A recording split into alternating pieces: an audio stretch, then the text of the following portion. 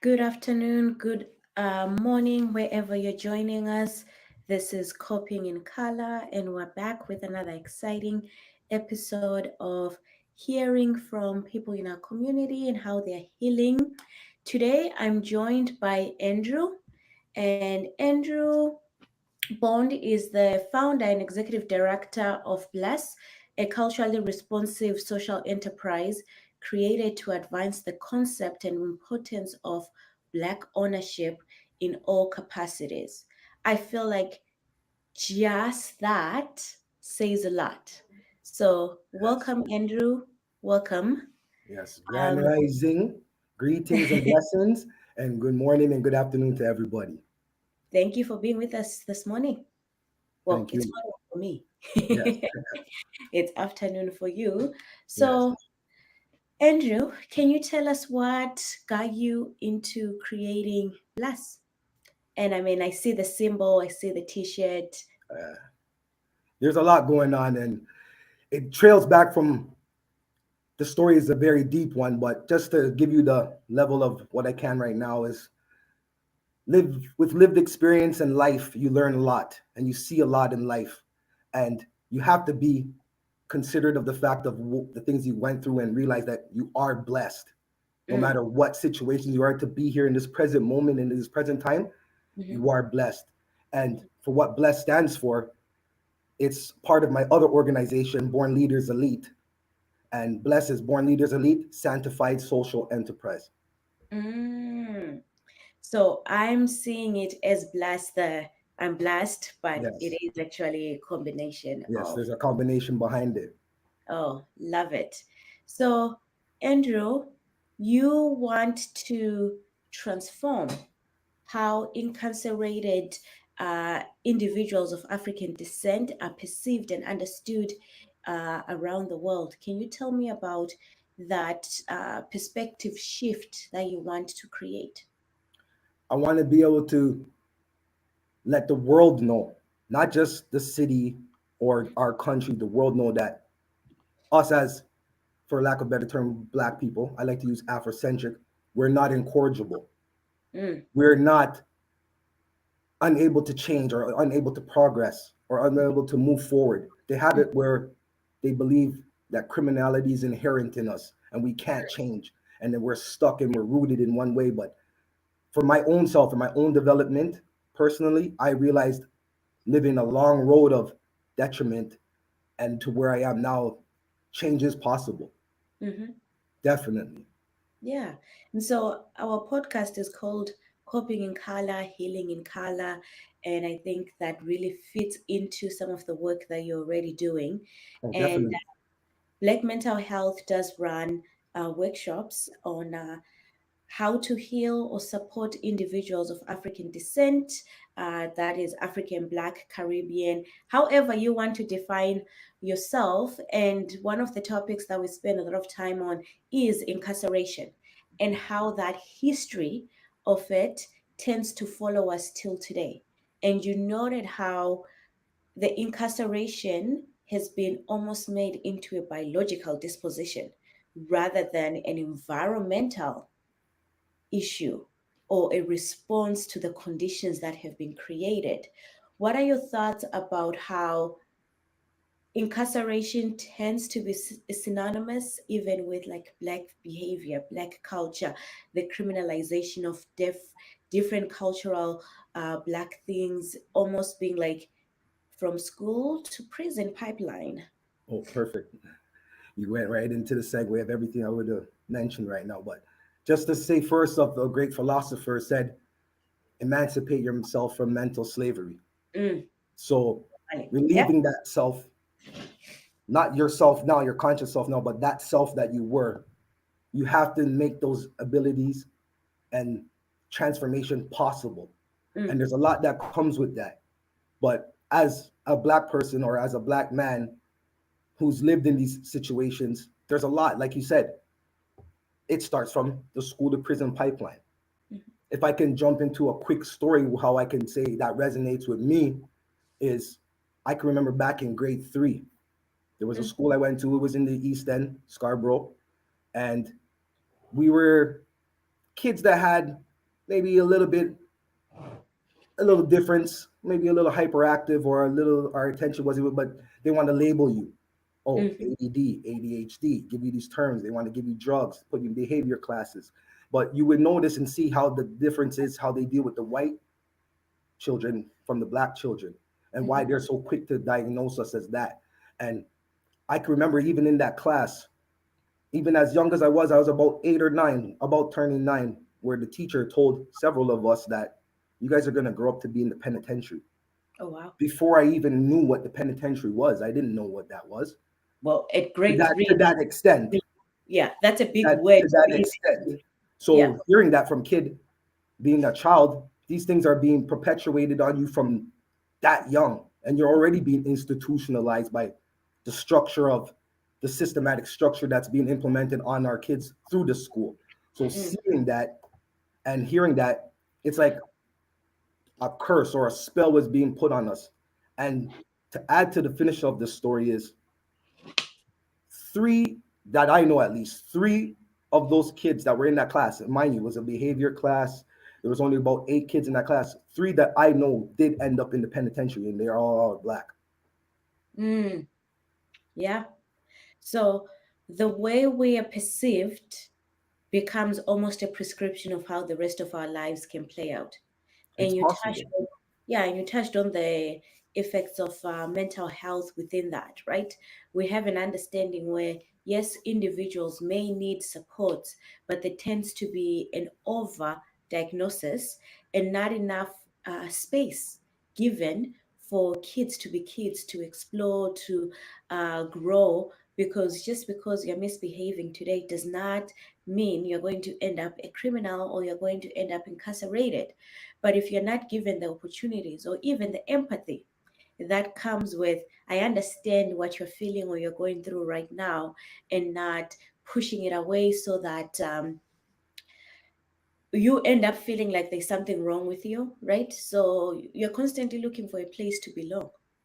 And I will I will admit this to everyone watching. I do have a fascination with prisons because I think they really echo a lot of how the systems are set up, right? Oh, Because definitely.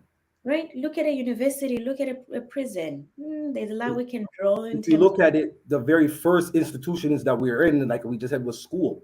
There's a yeah, system. It's systematic. yeah, You could look at school as education or learning, but it's also a place where you learn systemic hmm, order, where yeah, you can see like it's the only place that you would go to for a set period of time, and as soon as the bell rings, you yeah, forget everything about it. yeah. The only other places that's synonymous with that is school and work. So Hmm. these are systematic structures implemented by higher forces beyond Hmm. us, but it's about creating that pattern, putting you in that system, and having you be part of it. If you look at the word education and knowledge, you will see in the dictionary, according to Oxford or Webster's, it says Don't. systemic or systematic training, Mm, the definition of education. So I don't even like to use the word education. I like to use knowledge because the word knowledge or knowledgeable deals with awareness, mm, yeah, seeking knowledge, seeking awareness, so yeah, seeking information. So you can do that without having to be systematically trained. mm. And that Well, systematic training plays a role on your psyche. yeah, yeah.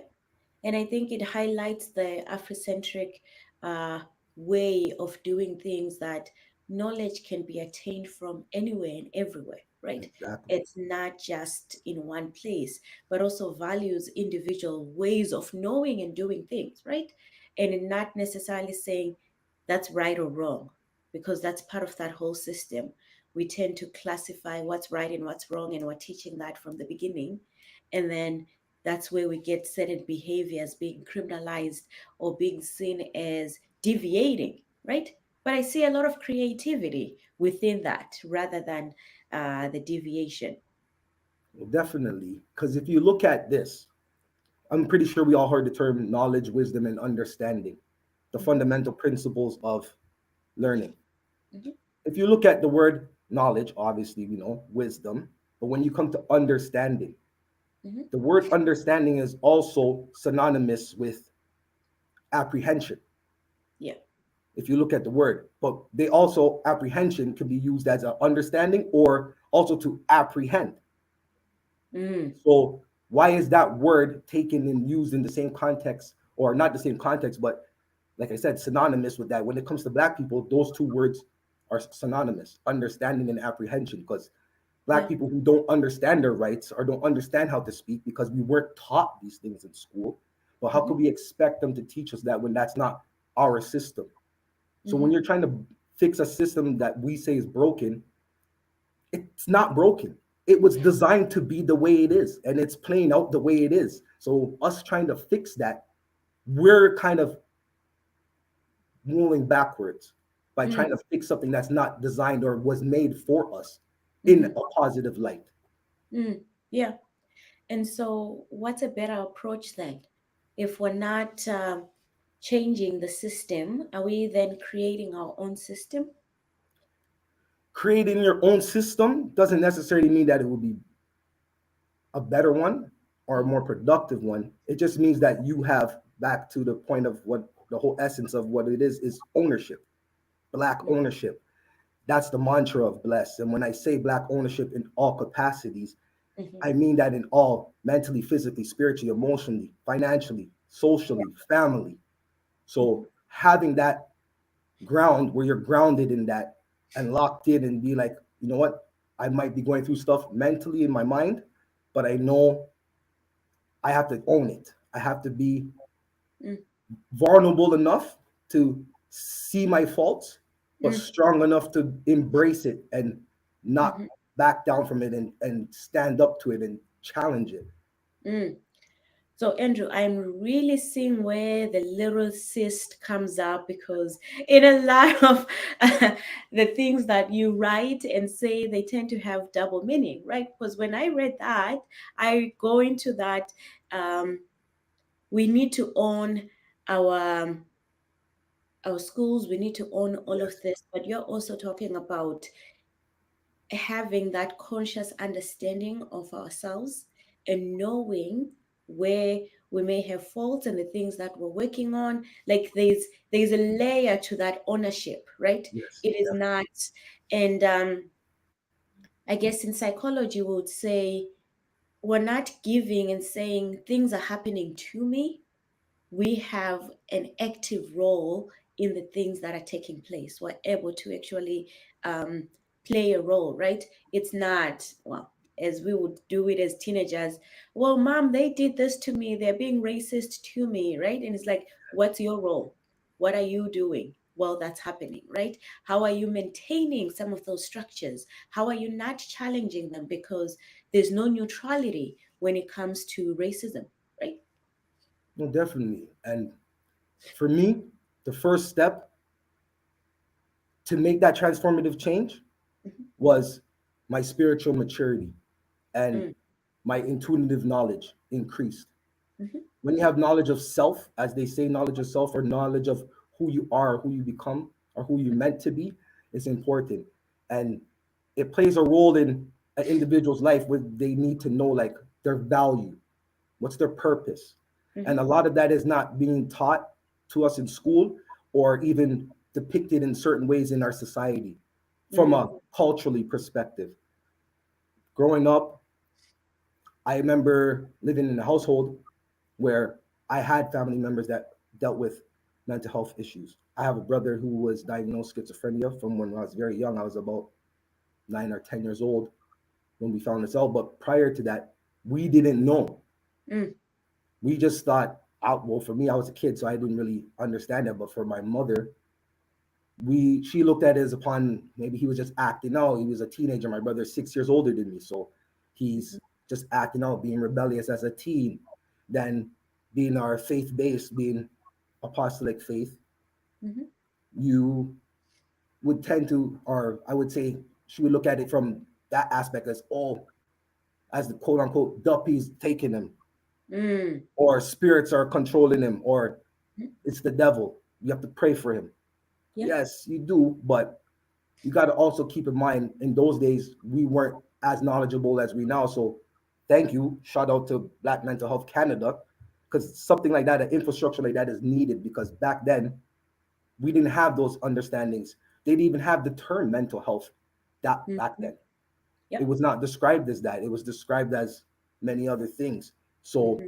having that understanding, and like I said, just bringing it back into the whole of knowing yourself and being in tune with yourself and being vulnerable enough to express and speak that, but at the same time having the strength to know that you're bigger than this, you're worth more than this. Yeah. Well, and if we don't have the knowledge, then we're always missing a certain piece of ourselves, right? So it becomes really important to have that knowledge in order to get a sense of who you are and how you're positioned where you're positioned. And you're right, there's a lack of language around mental health in the community that stems from, again, the history of it's not a black thing. We don't talk about mental health. We don't experience mental health. And then we've stigmatized it to a point where individuals feel like if they experience a mental health concern, that means they cannot be all these other things, right? I am pretty sure we know people that experience mental health concerns. They can still function. They can still go to work. They can still be great parents. They can still Most do definitely. all of these things, right? And instead of reducing ourselves to one thing, which is similar to a lot of things, right? Anytime there is a label, that label becomes the one thing, and there's so much more to individuals beyond that, right? Even in just reading your bio, it's a lot easier for someone to just be like, oh, Andrew does this one thing, but there's so much more that you do. And if we were to just look at you with that lens of we put a label and you've become just that, then we definitely miss out on so much more about an individual. Definitely. And it all stems back to, like, once again, awareness, being mindful, being open minded to the fact of what's going on around you from a Mhm. perspective that's unbiased. But as far as mental health, we need to normalize it in a sense, especially in our community, but broader than just our community. But teaching, touching on our community, we need to make it actually, in a sense, cool. Mm, Nobody looks at it in a way like, when you say the word physical health, mm, you go to the gym, mhm, you do squats, you do burpees, you go for a walk, you go hiking. mhm. Nobody frowns upon that or looks bad. But when you say mental health, oh my God, he's Yeah. crazy, he's delusional, something's wrong with him, Mhm, he's mud. No, we need to make it where it's the same synonymous, the same way you would exercise or you eat. When something happens, like, you know what, I gained a little bit of weight, I need to go to the gym. mhm, It's the same way where, you know what, I'm feeling a little anxious or something might be wrong. Let me talk to somebody, or let me read something, or let me look in what's wrong with me. Let me tap into my inner self and take that reflection time and have a sit down, stay in stillness, stay in silence, and find yourself. And that's where it comes back to, like I said, that intuitive knowledge will help that, because in our community, we don't have examples, especially coming from where we live in this city, in Canada or Toronto, or wherever you are in the country. We don't have the examples to look at to be like, you know what, this guy went through that. Let me mhm, use that as a template or mhm. as a mentor. We don't have those examples. So for me, bless, our initiative is to create those examples, to be those examples. Yes, we might have a certain history or past, but we can move forward from that. And look, this is how it was done. Brother Andrew did it. So Mhm. this is the example he used. These are the things and steps he used. We could use as an example or as a model. Yeah. And we're lucky now that we have access to media, right? It's not just the news. We can Exactly. use social media to like spread this type of information and stories so that people can find those templates that we're missing. But I would like to echo something that you highlighted. Mental health needs to be cool within the Black community. Mental health needs to be understood as sexy, the same way that we see people going to the gym You as, go to the gym, you get physically fit. So now when you're mentally sound and you're in touch, yes, that yes, you right? could say it would be sexy. That's attractive. That should be an attribute or trait that is craved, that's looked Yes. upon and wanted, Yeah. desired. So one having like that awareness, someone that's mindful, someone that has the emotional intelligence. Ladies, let's write this down as like characteristics that we want and want to see in our partners. In the same way with the guys, I don't think we can ever engage with people without engaging with them mentally. So why do we struggle with having their mental health be part of the conversation? And I think a big piece of that is we think mental health means mental illness. Yes. Mental health is your ability to respond to the different challenges. And if you prepare yourself mentally, whenever you experience stress, anxiety, depression, you are prepared, you are better able to cope, to respond. And that means your mental health is fit, right? Whereas mental illness is what happens when we break a leg, what happens when we're Exactly. hospitalized, right? So, mental health is a normal part of our well being and something that we all have. I say if you have a head on your shoulders, you have mental health. And we should really start to emphasize that. And that would change how people even engage or take care of themselves with their mental health. So, I know your organization is wanting to increase that awareness. Can you say a little bit more about what mindfulness means for you? And how is that different than, oh, I hear things and things happen, I've got all this knowledge? How is mindfulness different than just having a lot of information being thrown at you? For me, mindfulness is being aware and conscious of your surroundings, for one, Mhm. being aware and conscious of your thoughts, Mm, because we have a lot of ruminating thoughts. We're humans, so we think. Some people are thinkers and some people are introverts, some are extroverts. Some will are reclusive and they stay inside and those thoughts are in there. And that's where it builds and manifests. But like you said, there's a difference between the two. There's mental health, and then you're the expert on this. Tell me, is what would be the difference with mental health disorder? mhm. Now, mental health, everybody has that, Yeah. but it's not until there's a disorder, just Mhm. like in physical health. It's not till you There's have this. Yeah. pain somewhere or something going where now you have a disability, I should say, Mhm. that you cannot function in a certain way. Can you explain that to me in a sense, the difference? Yeah. So you think of mental health on a spectrum, Yes. right? So you have good mental health. There are days where we have great mental health, and then there are days where we have poor mental health. And while we're still on that spectrum, you are able to function between all of those stages. So it's not, I'm good, I'm bad. It's not a dichotomous experience, but rather a spectrum, right? You can start the morning not feeling so great. Something great happens and you feel a little bit better. And then maybe it pushes you a little bit, but you're still within the spectrum. The disorder is you are off that spectrum. You're not able to like align yourself or go back to your base without additional supports. Sometimes that's medication, sometimes it's therapy, whatever that looks like for different people, right? The disorder really cripples you from doing life the way you normally would. It takes away from your ability to be. And the reason why I asked you to make the distinction about mindfulness is for this reason. I can be aware that there's a lot of things happening, but if I'm mindful, not everything that happens comes to take away my peace or Yes. comes to have an impact, right? So I'm also able to pick and choose depending on where I am, what I have the ability to hold on to. And I think within our community, we struggle with we need to take on everything, so that we're then defined as being angry, as being mad, because we're constantly fighting something. We know why we're within structures and systems that were not defined for us, were not designed with us in mind. So everything is going to make us mad and pissed off. Understandable.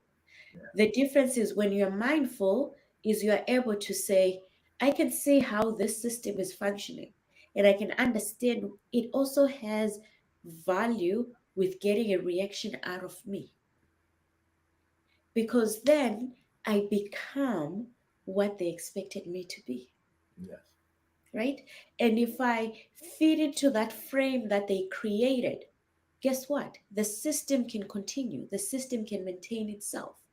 But if I can be mindful and say, I am feeling angry, I am experiencing frustration because of what's going on, but I choose not to respond in that stereotypical way that I'm expected to, then I am in that conscious and in that awareness. I'm able to handle my own emotions, and I'm able to see what it wants me to do, and that I still have a choice and I'm still in control of how I Definitely. respond. Definitely. Yeah. Well, I would say you're absolutely right with that. And like you said, just having that mindfulness is like you said, being aware that not all situations could be the way you think it is. Mhm. Just because someone did something and you have a preconceived notion that this is why they did it, maybe That. that's not the reason why they did it. So you need to be mindful. Maybe this person's having a bad day. You don't know Mhm. what happened to them an hour before, or you don't know if something you did or said triggered. So just being conscious of those things, that Yeah. I incorporate that into mindfulness too. Yeah. But if you look at it from a perspective in the Black community in regards to incarceration and people of color dealing with incarceration, that mental health aspect plays a big part on it that Yeah. people don't realize. And right now in the city of Toronto, there's a outcry for Mm. what's going on in the city with the violence and the gun violence and Mhm. things of that nature. But what they're not understanding is how that is all resonates back to mental health. Mm. And even with this, like I said, gun violence, the marginalization in the community and the people in it and what they're going through, until you look at this from a mental health slash addiction aspect, Mhm. nothing will change. You can throw as much money as you want at these organizations to help put up a program or talk to guys, but until you look at it from that aspect, because, and why I say this, for example, let's say a drug addict, somebody Mhm. that's heavily addicted to drugs. Who do you know would actually take something that they know is already dangerous and that every time they take it, they're rolling the dice? They could die, they could live. They Yeah. take it, they OD, they get resuscitated and brought back to life. 10 minutes later, after being revived, they go back and do the same drug again and OD again. This is an experience where I'm sharing because I've seen this, and I've Mhm. seen this happen while I was incarcerated Mhm. from a Black person of color that I knew that I was surprised that they even used the drugs. But this Mm. is how I realized it's that serious. Yep. Now, after the second time this person OD'd, they survived that. It made me think, why would somebody put themselves through that? But Yeah. then I had to ask from personal experience and seeing from others, what would make somebody go to a neighborhood, or let's just say for sake, somebody to walk with a gun. Let's just say a gun. They walk with a gun, they got caught. They got Mhm. time for the gun.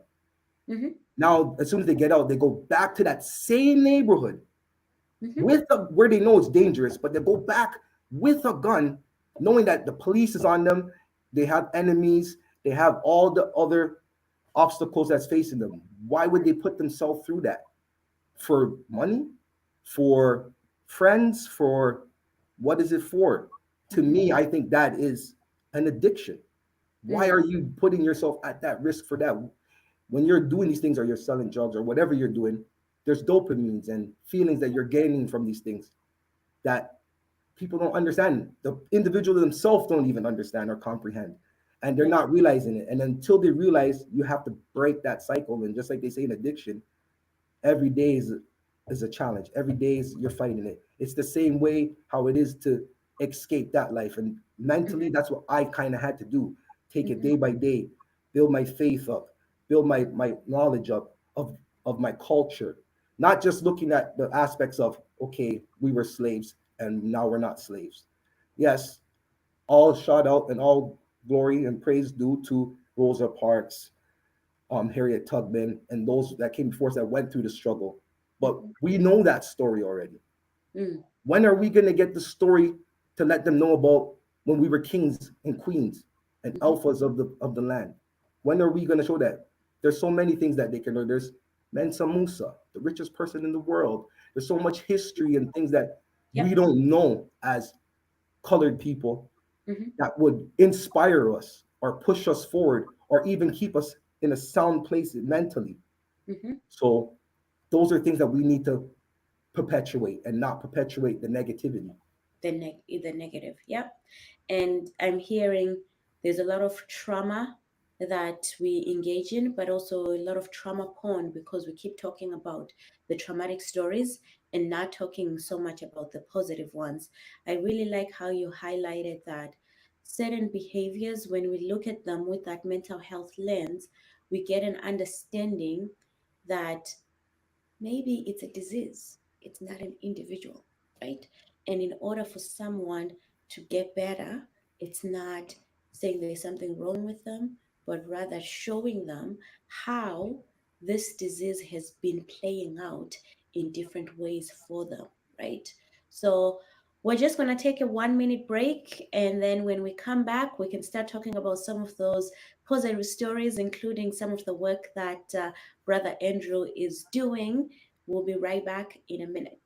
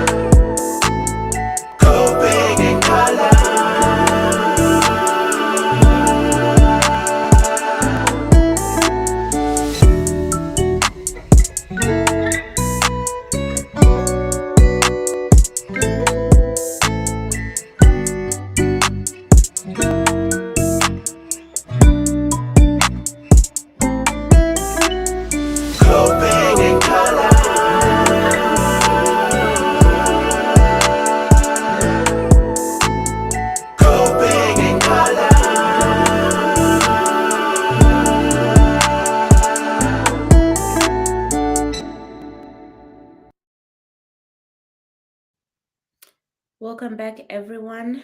We having a conversation with Andrew, the founder of Blast, who has been sharing with us how the systems in place are having an impact on individuals and how they can gain their own consciousness and become mindful and not only tell stories or have templates of the struggle, but also the positives with an understanding of how mental health is an important piece and lens in which we have to understand our lived experiences.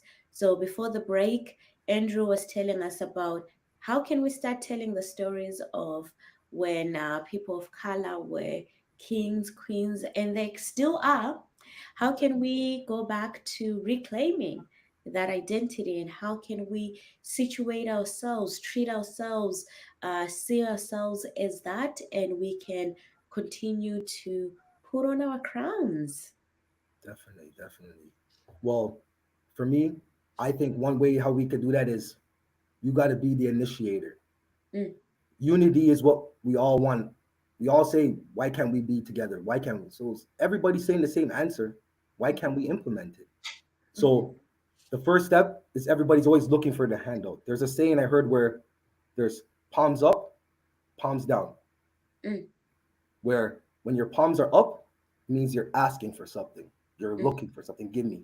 But when your mm, palms are down, especially at a table or your meetings, it's either you're gonna take something off or you're giving something. We got to mm, go to the table with our palms down to give. mm, Take the onus on ourselves where you have a next door neighbor. You reach out to them instead of them saying, "Yo, they pass me every day. They don't say hi." Say hi first. mhm. Extend the offer first. There's so much organizations out here that are geared towards helping ethnocultural based people. So the outcome is to stop gun violence, to stop the recidivism, to stop the crime, stop the drugs. So if we all have the same goal in all these priority neighborhoods, why don't we come together? If we all have the same outcome, why are we doing it one by one by one? Mm, Yes, it helps regardless. And yes, there's factors that separate it, but why not start? And if it starts with the community leaders, if people in certain neighborhoods can't be around each other or certain people have whatever history, start with the ones who claim they're doing positive. mm, And us as the collective coming together are then can go to the juggernaut, the bigger entity as a collective with mhm. with the power. Instead of coming as one, we're coming together and be like, this is what we want. This is what we want to ask for. This is what we expect. Yeah. You have more saying power when you're in that unity than doing it separately. But sometimes you got to be the one to take that step and work with organizations, and you make the effort. You say, this is what I could do. This is what I could provide. Hmm. And you might reciprocate the same feeling. If not, okay, don't hold it against them. You made that step. Keep moving, keep trotting. There's no time to sit back and wait on the negativity. There's so much going on in the world right now that there's no time for that. And Yeah. physically, that's all we have in this world as the most highest commodity is time. It's the one thing you can't get back. Yeah. You can Yeah. lose $1 billion and get it back, but you can't get back that 1 second. So every hour, every second, every minute is valuable. Use it and utilize it for the right thing. Yeah. Well, we do need to break those silos. And when we do, we also need to have a mind shift of we don't come from who does Andrew think he is that is doing this, right? Exactly. We start to actually say, okay, how can we work with him? What are Which things you that, don't understand is a mental health disease in itself.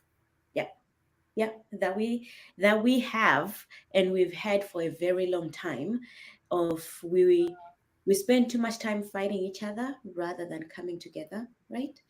And so Bless does exactly that, reaches out to different organizations and supports, and they work with different people with their hair palms down. Can you tell us a little bit more about what that looks like? Well, for me right now, currently, I work with several different organizations out there right now. I work with the Forgiveness Project. I've done work with Think Twice. I've done work with Urban Resolutions. And for one of those jobs right now, we actually have a mobile community unit that's going to be going around in the city when there's crisis situations or if there's things going on in your neighborhood that we go around. There's mental health tutoring on there. There's mental Mm, health counseling on there. There's a e-games console set up on there. There's AR, augmented reality function on there where you could use a lot of things where the young kids can utilize and gain because that's what we want to do. It starts with the children, starts with mm, the youth, but that's not only, but that's who we start because it's where they start. We're only following and mimicking the pattern of what they did. yes, They yeah. started young, they started in the schools Mm-hmm. teaching. As soon as you are able to talk and comprehend, that's when it starts. So Yeah. we got to do the same thing. As soon as we can talk, as soon as it starts, we got to implement these things in there and build that process and build mentally strong people. Mentally Mm, strong children will be mentally strong adults mm-hmm. who will be in turn mentally strong leaders Mm-hmm. in our society. And that's what we got to implement and that's what we got to cultivate. And Mm-hmm. then until we do that and make sure that these people learn, yes, there's going to be the ignorant that might not know because we learn at a different pace or a different step. But in time, it took me a long time to gain it, but eventually I got it. And you can't give up. And that's the one thing you have to find the value in you Yeah. and you have to work towards it. It's like fitness, like you said.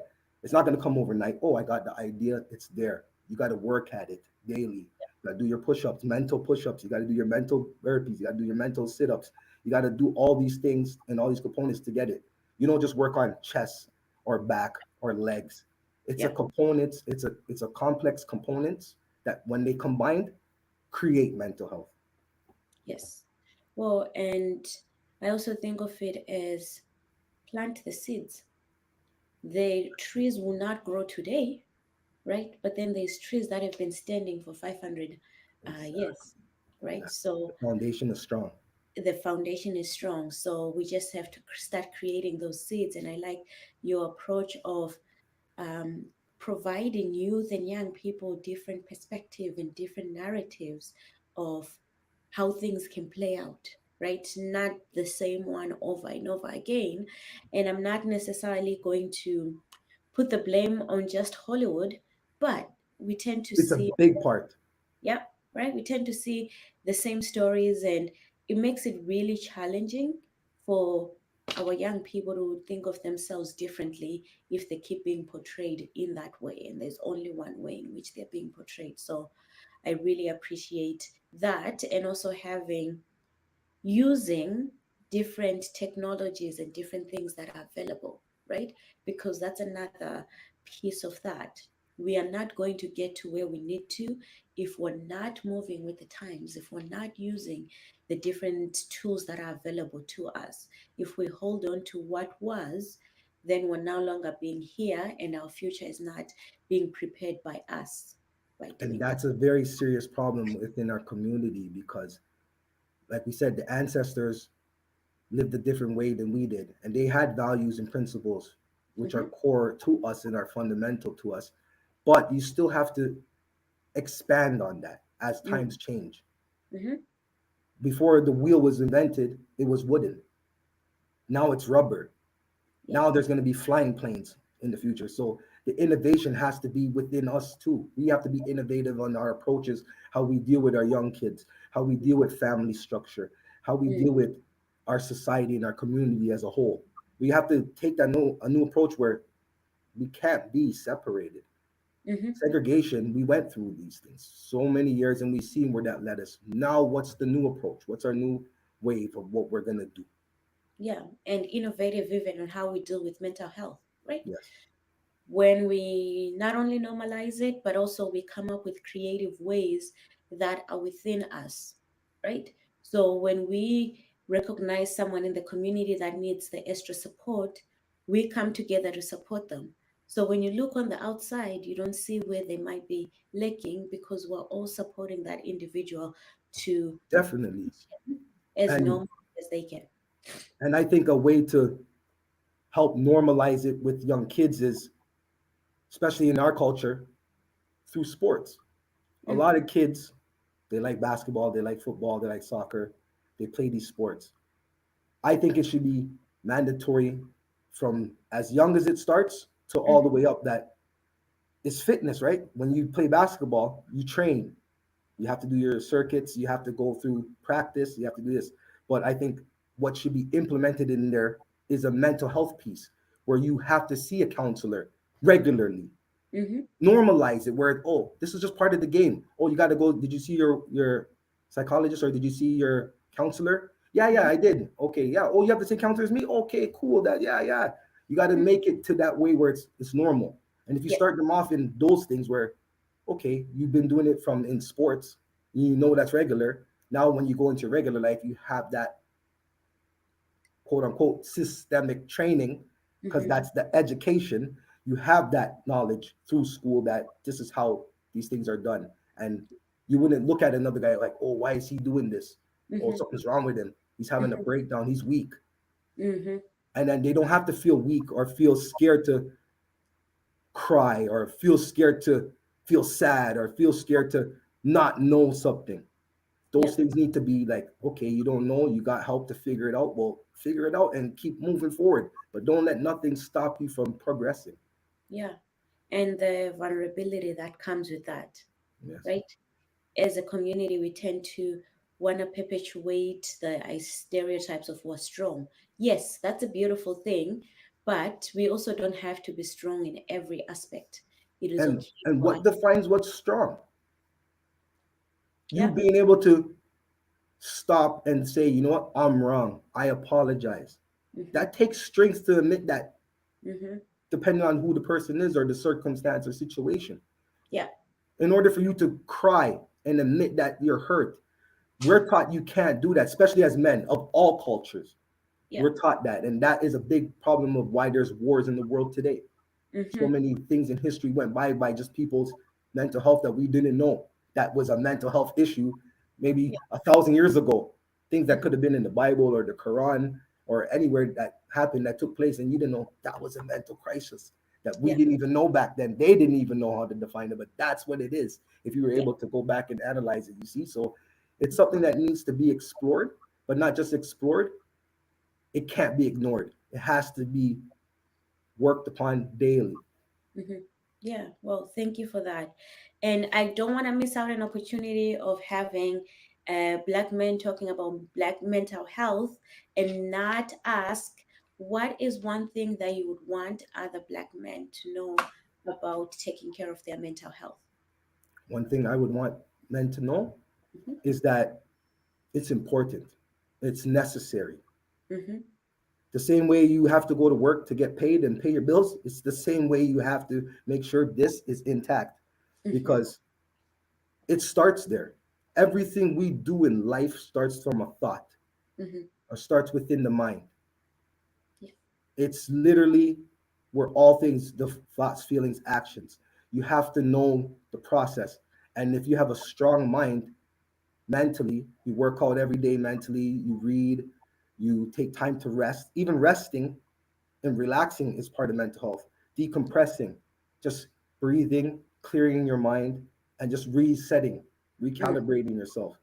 Those are important things too, and that's what people need to know. Sometimes it's okay to just take a time. You can't just always be the workhorse, even though Hmm. you want to be. You have things to do. You're hustling. You're trying to make things happen, but you got to stop sometimes and realize, you know what? If I drop down now, what's gonna happen? Yeah. Everything's gonna still be there. The bills are gonna be there. The Yeah. neighbor who's on your case all the time, your boss at work is still gonna be on you, or Yeah. they're gonna hire someone else and move in. Move But on. you're Yep. sick and you're gone. Yep. And just a quick mention, I like to say, rest in peace to a brother that was fighting this fight. Brother Louis March recently passed away. But as an example of mental health, I've seen this person just on the National Gun Violence Day that just happened June 7th, went to 5 different events in one day, up and down, up and down, up and down, Mm. traveling. I don't even think he drove. But just that mental busyness, doing that as the workhorse, trying to champion that. And then I went to an event with him. Literally, maybe 2 days later, he had a heart Wow. attack, Wow. and he was in a coma for a couple weeks, and then now he's passed. So once again, like I said my condolences, but mental health, I think, played a lot to do with it because he had a heart attack. He was stressing himself, overthinking, this is what I got to do, this is what I got to do, but he didn't take the time to relax and compose himself to be healthy. Maybe Mm-hmm. his health was lacking physically because mentally it was bad. Because everything goes hand in hand. If your Yeah. mental health is bad, your physical is going to be bad. Your spiritual health is going to decline. Mm-hmm. Everything, maybe even your finances might decline. All Yeah. those elements that I spoke about having ownership to, Mm-hmm. that's where it comes back. And that's where mental health is synonymous with blessed, because it's that black ownership. And like I say in one of the pieces, the first thing I say is mentally. Mm. It's the first key component before you go anywhere. In order to stand up, I got to think of standing up. But it's Mm-hmm. so regular now that I just do it. But you don't realize it comes from a thought. It It does. all comes from the mind. So you have to strengthen your mind and be sound with Mm-hmm. yourself and in tune with yourself and in tune with just your world around you and your family, your friends, and just take that time to balance. It's very Oneself. important to do that. Yes, it is. And as much as we all want to keep fighting, we have to recognize that we can fight longer if we take care of ourselves. And we don't just do what we don't preach, but we also do exactly what we preach. If we're saying rest, we do exactly Exactly. that. We Exactly. rest as well, because that's equally important. So, what can we look forward to, Andrew and Blas, in the next couple months, weeks, or even years? Well, a lot is happening. For one, I have some things that are in the works right now with Black Mental Health Canada that will come to fruition. We're just working out the logistics of how we're going to go about it. Also, the company's expanding. Like I said, our component is Black ownership. So we have all capacities. We want to make sure we own our own. Hmm. We got to own our own. That could be family, family structure. You want to make sure the men in the house are being men in the house, women in Mm-hmm. the house are being women in the house. Everybody is taking care of each other, and that's Mm-hmm. important. That's where, like I said, it starts from there. If you're incorporating these things in your children, because you can't leave it to the school structure, like we said in the Yeah. beginning, prison, school to prison pipeline. Now, the job infrastructure, you already know how that goes. So just bringing everything together Mm-hmm. is the main plan. And for Bless, like I said, we have a lot of initiatives that are coming soon. Like I said, we have that mobile van that's going to be working with urban resolutions. We have a lot of works that's working with Forgiveness Project, like I said. Also, Mm-hmm. Think Twice. There's a lot of things that are happening, and community partnership. Look out for that. There's going to be some very big things that are going to be happening soon in following that. All right. And where can people find more information about Blast or any events that are upcoming? Well, the website is about to launch within the next few days or so, and that website is bless.org. And you can also find me at BLE underscore SSE1 on Instagram, or Board Leaders Elite also on Instagram. Oh, great. Thank you. Uh, is there anything else you want our audience to know, to think about as we come to a close of our conversation today? Well, what I want the audience to know before we leave is just to look at mental health as a serious thing, and don't be afraid to embrace it. Don't Mm-hmm. look at it as the term of mental health in the sense like as the scary, oh man, mental. I must be mental. You got to look at Mm-hmm. it as the mind health. The same way you would look at anything else in life that you want to achieve, you have to work at it. So if you, and it all starts with the mind. So you will have to make sure you have that in place. Thank you. Well, you had it here. We all have to take care of our mental health so that we're better parents, community members, fathers, mothers, whatever it is that you do and how you define yourself. If you don't take care of yourself, you are not taking care of that crown that makes you that king and queen. And with that, it has been a pleasure for having Andrew. Thank you for being here I'd like to and being thank you for part, having me too. yeah, being part of Coping in Color, and yet another exciting conversation with different people about Black mental health and how we can all learn to take care of ourselves better. And I always learn something new each time I host, and I hope the audience got to learn something as well and take away something out of today. We will catch you guys later. Bye for now.